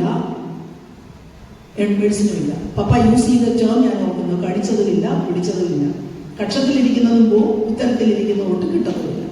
അപ്പോൾ അപ്പ എന്നോട് പറഞ്ഞു, നീ എഴുതണോ എന്ന് നീ ആലോചിക്കണം. എന്നിട്ടും എനിക്ക് എഴുതണമെന്നൊരു ആഗ്രഹം ഉണ്ടാകുന്നതുകൊണ്ട് ഞാൻ അപ്ലൈ ചെയ്തു. ഞാൻ എഴുതി, എനിക്ക് കിട്ടിയില്ല. ഞാൻ BSc പഠിച്ചു, BSc chemistry. Pre degree second ഗ്രൂപ്പാണ്, മെഡിസിൻ പോകാനല്ലേ. അന്ന് സെക്കൻഡ് ഗ്രൂപ്പ് പഠിക്കുമ്പോൾ ബയോളജി, ഫിസിക്സ്, കെമിസ്ട്രി മാത്രമേ ഉള്ളൂ, മാത്സ് ഇല്ല. അപ്പം മാത്സ് പഠിക്കാതിരുന്ന BSc കെമിസ്ട്രി എടുത്തപ്പോഴത്തേക്ക് സബ്സിഡറി മാത്സാണ്. എൻ്റെ കർത്താവ്, എനിക്ക് ഒന്നും അറിയത്തില്ല. ഞാൻ ജയിച്ചത് 270 മാർക്ക് മേടിച്ച, കഷ്ടിച്ച് നിരങ്ങി കയറി. MSc കെമിസ്ട്രി എനിക്ക് ഭയങ്കര ഇഷ്ടമായിരുന്നു. എനിക്ക് MScക്ക് അഡ്മിഷൻ കിട്ടിയില്ല, കാരണം ടോട്ടൽ അങ്ങ് കുറഞ്ഞില്ലേ. അപ്പോൾ എനിക്ക് വലിയ നിരാശയായിരുന്നു. അപ്പോൾ ചുമ്മാ ഞാൻ SB കോളേജിൽ MA ഇംഗ്ലീഷിന് അപ്ലൈ ചെയ്തു. കിട്ടി, ഞാൻ പോയി. കാരണം അസംഷനിൽ അന്നത്തെ കാലത്ത് ഇംഗ്ലീഷും ഹോം സയൻസിനും അഡ്മിഷൻ എടുത്തുകൊണ്ടിരുന്നത് ഈ റബ്ബർ പ്ലാന്റേഷൻ, അതായത് പൊൻകുന്നത്തും കാഞ്ഞിരപ്പള്ളിയിലും വലിയ റബ്ബർ മുതലാളിമാരുടെ മക്കളായിരുന്നു. അതായത് അവർ ഡിഗ്രി കഴിയുന്നുണ്ടെങ്കിൽ കെട്ടിച്ചു വിടാനുള്ളവർ പോകുന്ന വിഷയമായിരുന്നു ഹോം സയൻസും ഇംഗ്ലീഷും. അതുകൊണ്ട് അത് പഠിക്കുന്നത് മോശമാണെന്നുള്ളൊരു ധാരണ എൻ്റെ മനസ്സിലുണ്ട്. ഞാൻ MA ഇംഗ്ലീഷിന് അപ്ലൈ ചെയ്ത് കിട്ടി, ഞാൻ പോയി. താല്പര്യമില്ലായിരുന്നു, പഠിച്ചു. ജയിച്ചതിൻ്റെ പിറ്റേ മാസം ഞാൻ പെരുമ്പാവൂർ കോളേജിൽ ജോലിക്ക് വിട്ടു. അപ്പം എനിക്ക് മനസ്സിലായി എന്തുകൊണ്ട് എനിക്ക് മെഡിസിൻ അഡ്മിഷൻ തന്നില്ല. അപ്പം ദൈവം നമുക്ക് എല്ലാവർക്കും ഒന്ന് വെച്ചിട്ടുണ്ട്. ഞാൻ കുറേ നാളത്തേക്ക് വേദോസ്തം വായിക്കത്തില്ലായിരുന്നു, പ്രാർത്ഥിക്കത്തില്ലായിരുന്നു. എനിക്ക് ദൈവത്തിനോട് ദേഷ്യമായിരുന്നു. കാരണം എന്നേക്കാളും പ്രീ ഡിഗ്രിക്ക് മാർക്ക് കുറഞ്ഞ പലരും ഇന്ന് DM കഴിഞ്ഞിട്ട് പല മെഡിക്കൽ കോളേജിലും ഡോക്ടേഴ്സായിട്ട് വർക്ക് ചെയ്യുന്നുണ്ട്. അവരെ കാണുമ്പോൾ എനിക്ക് സങ്കടമാണ്. പക്ഷെ ഇപ്പം അതില്ല. ഇന്ന് ഞാൻ മനസ്സിലാക്കുന്നുണ്ട്, ഈ ജോലി അധ്യാപിക അല്ലായിരുന്നെങ്കിൽ ഞാൻ പണ്ടേ ചത്തുപോയത്. 2020 കോവിഡിന്റെ സമയത്ത് ഞാൻ റിട്ടയർ ചെയ്തു, 56-ാമത്തെ വയസ്സിൽ. 2 കൊല്ലം എല്ലാവരും വീട്ടിൽ ഇരുന്ന് ഞാനും വീട്ടിൽ ഇരുന്നു. 3-ാമത്തെ കൊല്ലമായിട്ട് എനിക്ക് ശ്വാസം മുട്ടല. പിള്ളേരെ കണ്ടില്ലെങ്കിൽ എനിക്ക് ശ്വാസം മുട്ടല. അതിനാണ് ഞാൻ രാജഗിരിയിൽ അപ്ലൈ ചെയ്തിട്ടുള്ളത്. ഇന്നും എൻ്റെ എനർജി എന്ന് പറയുന്നത് എൻ്റെ കുഞ്ഞുങ്ങളാണ്, ഞാൻ പഠിപ്പിക്കുന്ന വിദ്യാർത്ഥികളാണ്. അപ്പോൾ എനിക്ക് മനസ്സിലായി, എനിക്ക് നല്ലത് എന്താണെന്നുള്ളത് ദൈവത്തിന് അറിയാമായിരുന്നു. അവിടോട്ട് തന്നെ എന്നെ വിട്ടു, മറ്റേതെല്ലാം അടച്ചു. നിങ്ങളുടെ കുഞ്ഞുങ്ങളും അങ്ങനെയാണ്. നിങ്ങളുടെ വയറ്റിൽ അവർ ഉരുവാകുമ്പം തന്നെ ദൈവത്തിന് അറിയാം അവരെവിടെ ചെല്ലണം. നമുക്കൊരു സ്ഥലമുണ്ട്, ഒരു ജിക്സോ പസിലിനകത്ത് ഒരു കഷ്ണമാണ്. അവിടെ ചെന്നാലേ ഒക്കത്തുള്ളൂ. നമ്മൾ നിർബന്ധിച്ച് വേറെ എവിടെ അവരെ വിട്ടാലും അത് അവർ ഡിസ്കണ്ടിന്യൂ ചെയ്തിരിക്കും, ഒരു സംശയമില്ല. അവസാനം ഇവിടെ ലാൻഡ് ചെയ്യത്തുള്ളൂ. അതുകൊണ്ട് അവരുടെ താല്പര്യം എന്താണെന്ന് മനസ്സിലാക്കി നിങ്ങൾ അവരോടൊപ്പം സഹകരിക്കണം, ദൈവത്തോട് പ്രാർത്ഥിക്കണം. അവർക്ക് ഏറ്റവും യോജിച്ച സ്ഥലത്ത് അവർ ചെല്ലേണ്ട സ്ഥലം ഏതാണോ അവിടെ എത്തി പ്രവർത്തിക്കുവാൻ അവർക്ക് സാധിക്കണം. അന്ന് നിങ്ങൾ അവരോടൊപ്പം നിൽക്കണമെന്ന് ഞാൻ സംസാരിക്കുന്നു, നിങ്ങളോട് അപേക്ഷിക്കുന്നു.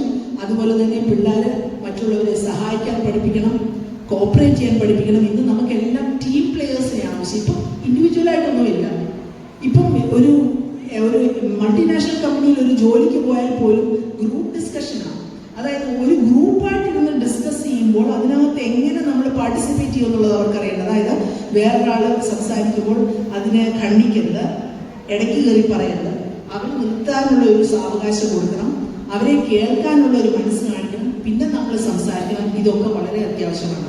നമ്മുടെ കുഞ്ഞുങ്ങൾ ടീച്ചർ പറഞ്ഞതുപോലെ വീട്ടിൽ അഭിപ്രായം പറയാൻ അവരെ പഠിപ്പിക്കണം, അതിനുള്ള അവസരം കൊടുക്കണം. അപ്പോൾ ഗ്രൂപ്പ് ഡിസ്കഷൻ അവർ വീട്ടിൽ മനസ്സിലാക്കും. നമുക്ക് ടീം പ്ലേയേഴ്സിനാണ് വേണ്ടത്. ഒന്നായിട്ട് പ്രവർത്തിക്കേണ്ട കാലഘട്ടമാണിത്. ഒരു ഇൻഡിവിജ്വലിന് ഇമ്പോർട്ടൻസ് ഇല്ല, ഗ്രൂപ്പിനാണ് importance. So they should learn that.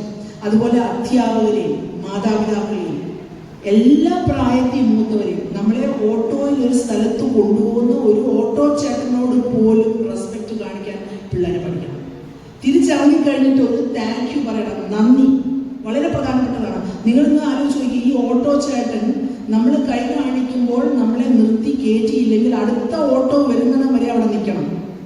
പൈസ നമ്മൾ കൊടുക്കുന്നുണ്ടായിരിക്കും, പക്ഷെ അദ്ദേഹം ആ വണ്ടിയിൽ നമ്മളെ കയറ്റാൻ സന്മനസ് കാണിച്ചതുകൊണ്ടാണ് സമയത്തുള്ളവരടുത്ത് ചെയ്യുന്നത്.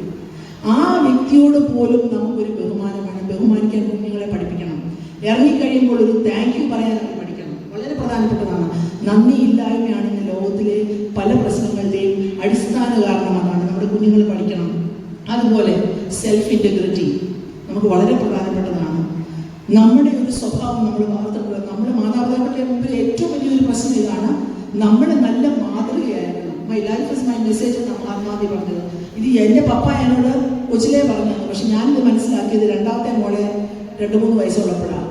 ഇവർ രാവിലെ കട്ടിലേൽ എഴുന്നേൽക്കുമ്പോൾ പുതപ്പ് മടക്കിയിടുന്നില്ല. ഞാൻ വേണ്ടി പുതപ്പ് മടക്കിയിട്ടിട്ട് എഴുന്നേക്കണം. ഒരു ദിവസം ഞാൻ നോക്കിയപ്പോൾ ഈ 4 വയസ്സുകാരി ഇളയവള്, മൂത്തോളം പിന്നെ കുറച്ചുകൂടെ നമ്മൾ പറഞ്ഞ് അങ്ങ് കേൾക്കും, കടിഞ്ഞു ഉൾപ്പെട്ടെന്നൊക്കെ നമ്മൾ പറയും. രണ്ടാമത്തെ ഇച്ചിലൂടെ ഷൂടാണ്. അപ്പൊ അവളെന്തോ ചെയ്തു, ഞാൻ നോക്കിയപ്പോൾ ഒതുക്കത്തിൽ എൻ്റെ മുറി വന്നിച്ച് എൻ്റെ കട്ടിലേലോട്ട് എത്തി നോക്കി. അപ്പോഴാണ് എൻ്റെ പപ്പ പറഞ്ഞ എനിക്ക് മനസ്സിലായത്. അവൾ നോക്കിയത് ഞാൻ പുതപ്പ് മടക്കിയിട്ടുണ്ടോ, അല്ലെങ്കിൽ ഉറപ്പായിട്ടും തിരിച്ചു വന്ന് അവളെന്നോട് ചോദിക്കും, അമ്മ മടക്കിയിട്ടില്ല, പിന്നെ ഞാനിതിനാ മടക്കുന്നതെന്ന് ചോദിക്കും. നമ്മൾ നമ്മുടെ കുഞ്ഞുങ്ങൾക്ക് മുമ്പ് മാതൃകയായിരിക്കണം. കാരണം നമ്മൾ പറഞ്ഞു കൊടുക്കുന്നതിനേക്കാളും അവരുടെ മനസ്സിൽ കയറുന്നത് അവരുടെ അപ്പനും അമ്മയും കാണിക്കുന്നതാണ്. നമ്മൾ കാണിക്കുന്നതാണ് അവരുടെ ശരി. നമ്മൾ തെറ്റായ ഒരു കാര്യം കാണിച്ചു കൊടുത്താൽ അതും അവരുടെ ശരിയാണ്. So we have to be very careful. ഒരു കുഞ്ഞുണ്ടാകുമ്പോൾ മുതൽ ഭയങ്കര സാക്രിഫൈസാണ്. അത് നമ്മുടെ ജീവിതം അവസാനിക്കുന്നത് വരെ നമ്മുടെ മുമ്പിലുള്ള ഒരു സാക്രിഫൈസാണ്. അതൊരു ലൈഫ് ലോങ് സാക്രിഫൈസാണ്. സോ സെൽഫ് ഇൻറ്റഗ്രിറ്റി കുഞ്ഞുങ്ങൾ അവരിൽ വളരണമെങ്കിൽ നമ്മളത് കാണിച്ചു കൊടുക്കണം. അതുപോലെ തന്നെ ഒരു സെൽഫ് റെസ്പെക്റ്റ് അവർ വേണം. അവർക്ക് അവരെ തന്നെ ഈ സെൽഫ് ഇൻറ്റഗ്രിറ്റി ഉണ്ടെങ്കിൽ എനിക്ക് എന്നെ തന്നെ ബഹുമാനമുണ്ട്. എനിക്ക് എന്നോട് ബഹുമാനമില്ലെങ്കിൽ മറ്റാരും എന്നെ ബഹുമാനിക്കത്തില്ല. ഞാൻ എപ്പോഴും മോശമാണെന്ന് പറഞ്ഞ് തല കുഞ്ഞിഞ്ഞ് നടന്നാൽ അതൊരിക്കലും ശരിയായില്ല. മുഖത്ത് നോക്കി സംസാരിക്കാൻ കുഞ്ഞുങ്ങളോടെ പഠിപ്പിക്കണം. തല ഉയർത്തിപ്പിടിച്ച് നടക്കാൻ അവർ പഠിക്കണം. സെൽഫ് റെസ്പെക്റ്റ് നമ്മുടെ കുഞ്ഞുങ്ങൾക്കുണ്ടെങ്കിൽ ആരുടെ മുമ്പിലും എഴുന്നേറ്റ് നിന്ന് കാര്യങ്ങൾ പറയാനും അവർക്ക് സാധിക്കും. അവരെ തന്നെ ബഹുമാനിക്കുന്നെങ്കിൽ മറ്റുള്ളവരും അവരെ ബഹുമാനിക്കും. വളരെ പ്രധാനപ്പെട്ട ഒരു കാര്യമാണ്. അതുപോലെ ലാസ്റ്റ് ഒരു കാര്യം കൂടെ പറഞ്ഞ് നിർത്തട്ടെ. അവർക്ക് സമൂഹത്തോടും ദൈവത്തോടുമുള്ള കടപ്പാട് അത് കൊച്ചിലെ പറഞ്ഞു കൊടുക്കണം. ആരോടും കടപ്പാടില്ലാത്തത് കൊണ്ടാണ് പല പേരൻസും ഇന്ന് ഓൾഡേജുകളിൽ നമ്മൾ നിൽക്കുന്നത്. ഇവിടെ നിന്ന് കഴിഞ്ഞ വെച്ചാൽ അവർ ഓടാൻ നോക്കിയിരിക്കുക ജർമ്മനിയിൽ. ഇവർ ജർമ്മനിയിലും അമേരിക്കയിലും കാനഡയിലും പോകുന്നതിന്റെ റീസൺ എന്താണെന്ന് നമുക്ക് അറിയാമോ? ഒരു കാര്യം, അവർക്ക് നമ്മളുടെ കൺട്രോൾ ഇഷ്ടമല്ല. നമ്മൾ അത് ചെയ്യരുത് കൺട്രോൾ ഇഷ്ടമല്ല. അവർക്ക് ഇഷ്ടമുള്ളവർ ജീവിക്കുന്നു. രണ്ടാമത്തെ കാര്യം, നിങ്ങൾ എങ്ങനെ നോക്കിയാലും പല വീടുകളിലും നിങ്ങൾ ശ്രമിച്ചു, അവർക്ക് നമ്മളെ നോക്കാൻ കഴിയത്തില്ല. നമ്മൾ അവർക്കൊരു ബാധ്യതയാകുമെന്ന് അവർക്കറിയാം. മനസ്സിലായോ? ഈ റെസ്പോൺസിബിലിറ്റി എടുക്കാൻ നമുക്ക് താല്പര്യമില്ലാത്തത് കൊണ്ടാണ് അവരിവിടെ നിന്ന് ഓടിപ്പോകുന്നത്. അതുകൊണ്ട് കുഞ്ഞുങ്ങൾക്ക് കൊച്ചിലെ പറഞ്ഞു കൊടുക്കണം. അതായത് അവർക്ക് ദൈവത്തോടും അവരുടെ സമൂഹത്തോടും. കാരണം എൻ്റെ മോൾക്ക് ഫീസ് കൊടുത്താൽ ഞാനാണെന്ന് വേണമെങ്കിൽ എനിക്ക് അഹങ്കാരത്തോടെ പറയാം. പക്ഷേ ഈ ഫീസ് കൊടുക്കാനുള്ള പൈസ എനിക്ക് എവിടുന്നാണ് കിട്ടുന്നത്? സർക്കാരിന് കിട്ടുന്ന പൈസ. സർക്കാരിന് എവിടുന്ന പൈസ കിട്ടുന്നത്? അവരെന്നെ കുളിക്കുന്നുണ്ട്? ഇല്ല. നമ്മൾ സോപ്പും ജീപ്പും കണ്ണാടിയും ഒക്കെ മേടിക്കുമ്പം അന്ന് GST ഇല്ല. ഡയറക്റ്റ് ആൻഡ് ഇൻഡയറക്റ്റ് ടാക്സ് ആണ്. അതായത് 2 നേരം വയറ് നിറച്ച് ഭക്ഷണം കഴിക്കാനില്ലാത്തവർ പോലും ഒരു ക്യാമേ സോപ്പ് അല്ലെങ്കിൽ ഒരു ലൈഫ് ബോയ് സോപ്പ് മേടിക്കുമ്പോൾ അതിനകത്തുനിന്ന് കൊടുക്കുന്ന ടാക്സിനകത്തുനിന്നാണ് സർക്കാർ എനിക്ക് ശമ്പളം തരുന്നത്. ആ ശമ്പളമാണ് ഞാൻ എൻ്റെ മോളെ പഠിപ്പിച്ചത്. അപ്പോൾ അവർക്ക് ആരുടെ ഓബ്ലിഗേഷൻ? അവരുടെ സമൂഹത്തോടാണ്. അവരെ വളർത്തി വലുതാക്കിയ സമൂഹത്തോട് അവർക്കൊരു ഓബ്ലിഗേഷൻ ഉണ്ട്. ദൈവത്തോടുമുണ്ട്, മാതാപിതാക്കളോടുമുണ്ട്. അപ്പോൾ ആരോടൊക്കെ കടപ്പാടുണ്ടോ ആ കടപ്പാടുകളുടെ ജീവിതത്തിൽ നിവർത്തിക്കാനായിട്ട് നമ്മുടെ കുഞ്ഞുങ്ങളെ നമ്മൾ കൊച്ചിലേ പറഞ്ഞു കൊടുക്കണം. എൻ്റെ പപ്പ പറഞ്ഞു തന്ന ഇതൊക്കെ. എൻ്റെ ഫാദർ എന്നെ നല്ലൊരു വ്യക്തിയാകാൻ പഠിപ്പിച്ചു. എൻ്റെ അമ്മ എന്നെ നല്ലൊരു സ്ത്രീയാകാൻ പഠിപ്പിച്ചു. 2 പേരുടെ റോള് 2ആണ്. അപ്പനും അമ്മയും വേണം. മനസ്സിലായി? 2 പേരോട് ഉണ്ടല്ലേ ഒക്കത്തുള്ളൂ. ഞാൻ ഇപ്പോഴും ഓർക്കുന്നു, ഞാൻ 4ൽ പഠിക്കുമ്പോൾ ഒരു ഉദാഹരണം പറഞ്ഞിട്ട്, എൻ്റെ ഉപ്പാപ്പൻ്റെ കല്യാണമായിരുന്നു, പപ്പായുടെ ഏറ്റവും ഇളയ ബ്രദറിൻ്റെ. അപ്പം എൻ്റെ പപ്പായും സഹോദരങ്ങളും ഒക്കെ പോയി പെണ്ണിനെ കണ്ടിച്ചു വന്നു. ആ കല്യാണം നടന്നു. അപ്പോൾ വന്നുകൊണ്ടേ വെല്ലുവിളിച്ച് ഒരു ചോദ്യം ചോദിച്ചു, തന്തയും തള്ളയും കൂട്ടി വളർത്തിയ കൊച്ചാണ്. അപ്പം ഞാൻ 4ാം ക്ലാസ്സിൽ പഠിക്കുമ്പോൾ ഇന്ന് ആലോചിച്ചത്, ആർക്കാ തന്തയും തള്ളയും ഇല്ലാതെ? എല്ലാവർക്കും ഇല്ലേ. പിന്നെ നീ കൂട്ടി വളർത്തുകയാണെന്ന്. പിന്നെ എനിക്ക് മനസ്സിലായി വെല്ലുവിളിച്ച് പറഞ്ഞതിൻ്റെ അർത്ഥം. അതായത് അമ്മയുടെ റോള് അമ്മയും അപ്പൻ്റെ റോള് അപ്പനും ചെയ്താലേ ഒക്കത്തുള്ളൂ. എല്ലാ റോളും കൂടെ പറയും. അപ്പം നിങ്ങൾ ചോദിക്കും, ചിലർക്ക് അമ്മമാര് ദൈവം ഒന്ന് വിളിക്കും, അപ്പന്മാർ വിളിക്കും. അങ്ങനെ എവിടെയെങ്കിലും ദൈവം ഒരാളെ വിളിച്ചിട്ടുണ്ടെങ്കിൽ മറ്റേ ആൾക്ക് ആ റോളൂടെ ചെയ്യാനുള്ള കഴിവ് ദൈവം കൊടുക്കും. അപ്പനില്ലാത്ത ഒരു കുട്ടിയുടെ അമ്മ അപ്പനും അമ്മയും കൂടെ ആയിരിക്കും. ആ കഴിവ് ദൈവം കൊടുക്കും, ഉറപ്പാണ്. അല്ലെങ്കിൽ നമ്മൾ അപ്പനും അമ്മയും ഉള്ളവർ നമ്മുടെ റോള് താല്പര്യത്തോട് ചെയ്തെങ്കിൽ മാത്രമേ കുഞ്ഞുങ്ങളെ നമുക്ക് നല്ല നിലയിൽ വളർത്താൻ സാധിക്കത്തുള്ളൂ. എന്നാൽ മാത്രമേ ഒരു കുടുംബജീവിതത്തിന്റെ വില അവർ മനസ്സിലാക്കത്തുള്ളൂ. എന്നാൽ മാത്രമേ അവർ ഭാവിയിൽ വിവാഹം കഴിക്കുമ്പോൾ അവർക്കൊരു ഡൈവോഴ്സ് ഇല്ലാതിരിക്കാൻ പറ്റുള്ളൂ. ഇത് വളരെ പ്രധാനപ്പെട്ട കാര്യങ്ങളാണ്. അപ്പൊ ഇത്രയും കാര്യങ്ങളൊക്കെ കാരണം എൻ്റെ ജീവിതത്തിൽ ഞാൻ ഇത്രയും വർഷം കൊണ്ട് പഠിച്ച കാര്യങ്ങളാണ് എൻ്റെ ജീവിതത്തിൽ. അത് നിങ്ങളുമായിട്ട് ഷെയർ ചെയ്യാൻ എനിക്ക് തന്ന ഈ അവസരത്തിന് ഞാൻ വളരെയധികം നന്ദിയുള്ളവളാണ്. ഇതിൽ പലതും നിങ്ങൾക്കറിയാവുന്നവരാണ്. ഒരു പക്ഷേ എന്നേക്കാൾ നന്നായിട്ട് നിങ്ങൾ പ്രാക്ടീസ് ചെയ്യുന്നതായിരിക്കും. നമ്മൾ ഒന്നിച്ച് ആലോചിച്ചുകൊണ്ട് മാത്രം കരുതിയാൽ മതി. നിങ്ങളുടെ കുഞ്ഞുങ്ങളെ നിങ്ങൾ നല്ല അധ്യാപകരുടെ കയ്യിൽ ഏൽപ്പിച്ചിരിക്കുന്നത്. പ്രാർത്ഥിക്കുക, അവർക്ക് വേണ്ടി പ്രവർത്തിക്കുക, നല്ല നിലയിലേക്ക് അവരാകുവാനായിട്ട്, ദൈവം ആഗ്രഹിക്കുന്ന സ്ഥാനത്തേക്ക് എടുത്ത് അവർ ഉയരുവാനായിട്ട് നിങ്ങൾ പ്രാർത്ഥിച്ച് പ്രവർത്തിക്കാൻ നിങ്ങൾക്കിടയാകട്ടെ എന്ന് ആശംസിച്ചുകൊണ്ട് വാക്കുകൾ നിർത്തുന്നു. നന്ദി, നമസ്കാരം.